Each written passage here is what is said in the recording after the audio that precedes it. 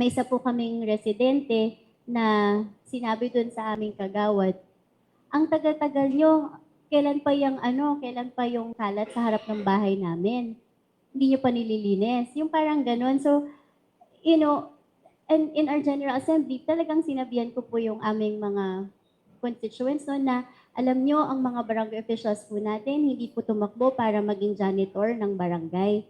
Group effort po sana ito. Lalo na kung nasa bahay mo yung kalat, sana rin po tulong tayong gagalaw, tulong-tulong po tayo maglilinis, at hindi naman po, porque inelect nyo ito, siya na po lahat gagawa ng trabaho.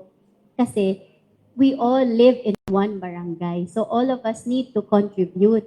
Otherwise, wala pong mangyayari sa atin, di ba? Kasi iilan lang naman ang barangay officials sa 10. Kung may 100,000 ang residente mo sa isang barangay mo, ay paano na yung 10 na yun na mag-ooperate sa 1,000 mahigit na residente or 100,000 na residents, for example. Yung parang ganun ba? So it all has to be a joint effort.